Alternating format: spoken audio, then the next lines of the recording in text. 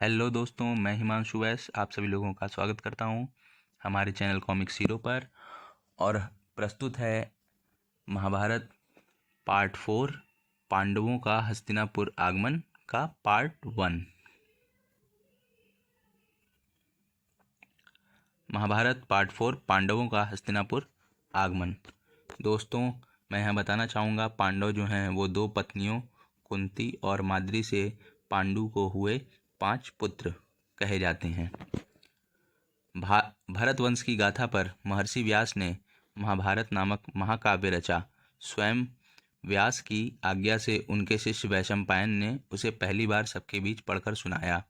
यह कथा वाचन व्यास के पौत्र के प्रपौत्र राजा जन्मेजय और अनेक ऋषि मुनियों की उपस्थिति में हुआ था। ये ऋषि मुनि जन्मेजय के सर्प सत्र में एकत्र हुए थे। वैशंपायन की सुनाई कथा का जो तीसरा खंड हमने प्रस्तुत किया, उसमें पांडवों के जन्म के अद्भुत प्रसंग तथा पांडु और माद्री की मृत्यु का वर्णन था। वह खंड सतशृंग पर्वत के ऋषियों के कुंती तथा पांडवों के साथ हस्तिनापुर प्रस्थान पर समाप्त हुआ था। दोस्तों, मैं यहाँ बताना चाहूँगा कि जो हस्तिनापुर है वो गंगा तट पर बसी कुरु राजाओं की राजधानी है। और महर्षि व्यास जो हैं वो वेद मंत्रों का संग्रह करके उन्हें ऋग्वेद, यजुर्वेद, सामवेद और अथर्ववेद इन 4 संहिताओं में बांटने वाले महर्षि थे। और भारत जो है वो दुष्यंत और शकुंतला के पुत्र भरत के वंशज थे। और पांडु जो हैं वो वेद व्यास और अंबालिका के पुत्र थे। और माद्री जो हैं वो पांडु की दूसरी पत्नी तथा नकुल और सहदेव की माता थीं।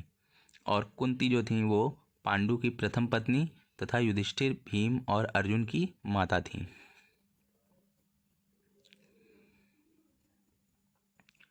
कुंती तथा उसके सहयात्री जब हस्तिनापुर के सिंह द्वार पर पहुंचे, तब ऋषियों ने द्वारपालों से कहा कि हमारे आगमन की सूचना राजा को दो। दोस्तों, ऋषि जो हैं वो मुनि होते हैं। द्वारपालों ने सूचना पहुंचाने में तनिक भी विलंब नहीं किया। सिद्धों और चारणों सहित इतने सारे ऋषियों की आगमन की सूचना पाकर हस्तिनापुर के नागरिक बहुत चकित हुए। कुछ लोग सवारियों पर और कुछ पैदल ही गलियों में निकल आए। सभी जातियों के स्त्री पुरुष आगंतुकों को देखने के लिए उत्सुक थे। नागरिकों का समूह विशाल होते हुए भी शांतिपूर्ण और सुव्यवस्थित था। फिर भीम, धृतराष्ट्र, विदुर, सत्यवती, अंबिका, अंबालिका, गांधारी एवं राजघराने की अन्य महिलाएं तथा रत्न जटित आभूषणों से सजे धजे धृतराष्ट्र के पुत्र वहां आए। दोस्तों, मैं यहाँ बताना चाहूँगा कि भीष्म जो हैं वो शांतनु और गंगा के पुत्र थे। वास्तविक नाम देवव्रत था, किंतु शांतनु और सत्यवती का विवाह संभव बनाने के लिए 20 वर्ष की आयु में ही आजीवन ब्रह्मचारी रहने की भीषण प्रतिज्ञा करने के कारण भीष्म कहलाने लगे। और जो धृतराष्ट्र थे वो वेदव्यास और अंबिका के पुत्र थे, गांधारी के पति तथा दुर्योधन और उसके 99 छोटे भाइयों के पिता जन्मांध थे। और विदुर जो थे वो वेदव्यास तथा अंबालिका की शूद्र दासी के पुत्र थे। और सत्यवती जो थीं वो एक धीवर सरदार द्वारा पोषित वसु उपरिचर की पुत्री, पराशर द्वारा उत्पन्न चित्रांगद और विचित्रवीर की माता थीं। और अंबिका जो थीं वो विचित्रवीर की विधवा तथा वेदव्यास द्वारा प्राप्त पुत्र धृतराष्ट्र की माता थीं। और अंबालिका जो थीं वो विचित्रवीर की विधवा तथा वेदव्यास द्वारा प्राप्त पुत्र पांडु की माता थीं। और गांधारी जो थीं वो धृतराष्ट्र की पत्नी दुर्योधन तथा उसके 99 भाइयों की माता थीं। अपने अंधे पति के प्रति प्रेम और निष्ठा व्यक्त करने के लिए इसने स्वयं अपनी आंखों पर पट्टी बांध ली थी।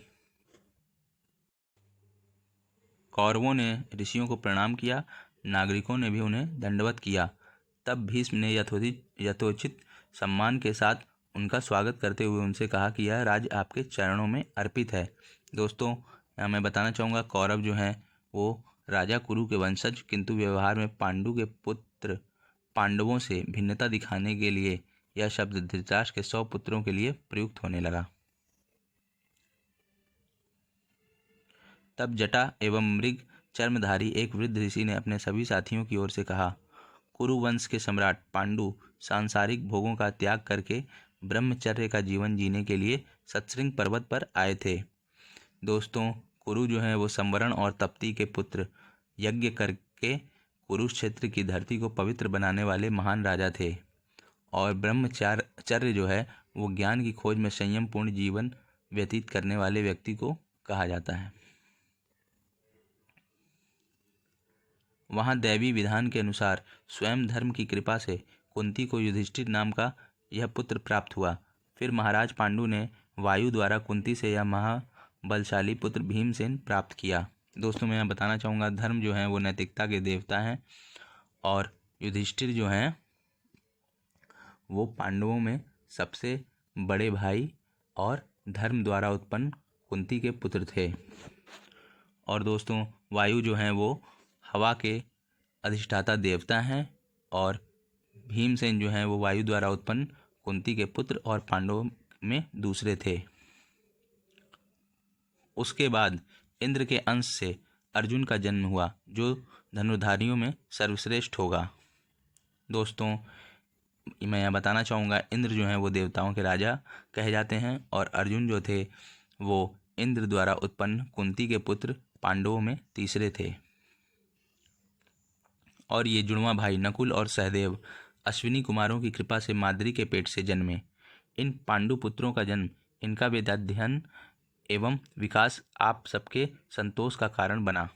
दोस्तों मैं बताना चाहूँगा कि नकुल और सहदेव जो थे, नकुल जो थे वो अश्विनी कुमारों से उत्पन्न माद्री के पुत्र थे, पांडवों में चौथे थे। और सहदेव जो थे वो अश्विनी कुमारों से उत्पन्न माद्री के पुत्र, पांडवों में पांचवें थे। और अश्विनी कुमार जो थे वो आयुर्वेद के अधिष्ठाता जुड़वा देवता थे।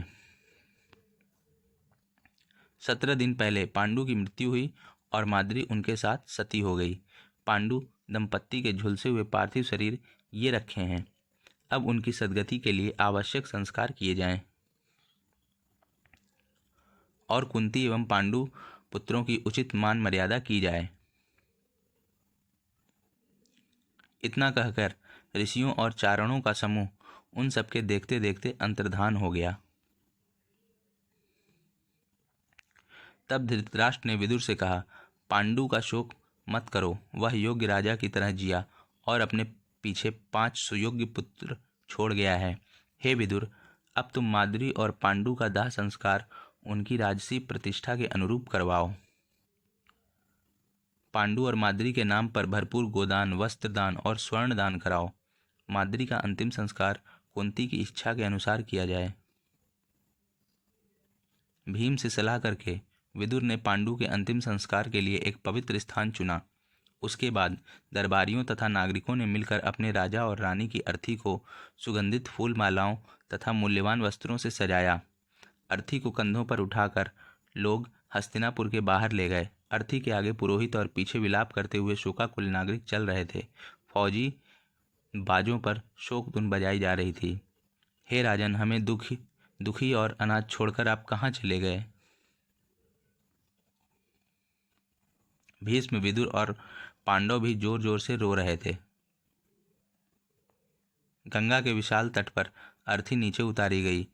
पुरोहितों की देखरेख में सब विधियां पूरी करके शवों को अग्नि दी गई।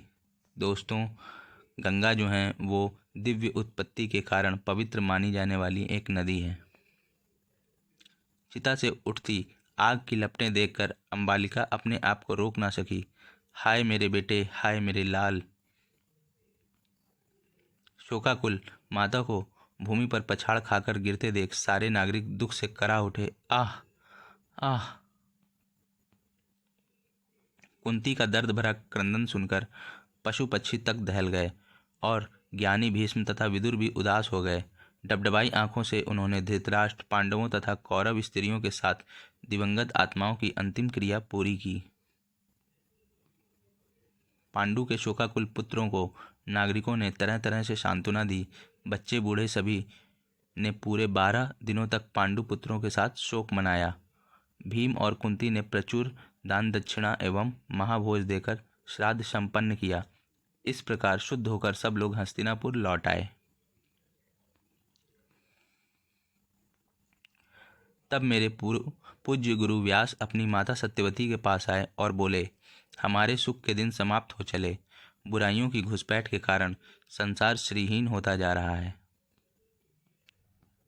कौरवों की दुष्टता संसार का विनाश करके छोड़ेगी।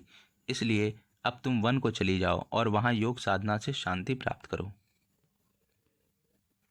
सत्यवती व्यास की सलाह मान भीष्म की अनुमति लेकर अंबिका और अंबालिका के साथ जंगल में रहने चली गई। उस युग में लोग बहुधा 50 वर्ष की आयु तक गृहस्थाश्रम भोगने के बाद जीवन के अंतिम आश्रम अर्थात संन्यास की तैयारी के लिए सांसारिक सुखों को त्याज कर बस्तियों से दूर रहने चले जाते थे। भजन पूजन में लीन उन महिलाओं को यथा समय मुक्ति मिल गई। दोस्तों, मुक्ति जो है आत्मा का शरीर से और जन्म मरण के चक्कर से छूट जाना कहा जाता है। उधर अपने पिता के महल में पांडव सुख से पल और बढ़ रहे थे।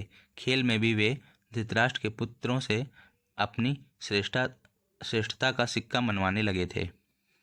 दौड़ने में, भोजन करने में, धूल उड़ाने में भीमसेन उन सबको हरा देता था। कभी वह उनके बाल खींचता और उन्हें आपस में लड़वाकर खूब हंसता। जब कौरव पेड़ पर चढ़कर फल तोड़ रहे होते, भीम जोर से लात मारकर पूरा पेड़ हिला देता। फल टपाटप नीचे गिरते और फल तोड़ने वाले भी। धृतराष्ट्र के 100 बेटे मिलकर भी अकेले भीम की बराबरी नहीं कर पाते थे, पर भीम अपनी शक्ति का प्रदर्शन केवल खिलवाड़ में करता था, द्वेष भाव से नहीं। दोस्तों, अब मैं पार्ट 1 को यहीं पर समाप्त करना चाहूँगा। मिलते हैं पांडवों के हस्तिनापुर आगमन के पार्ट 2 में। धन्यवाद।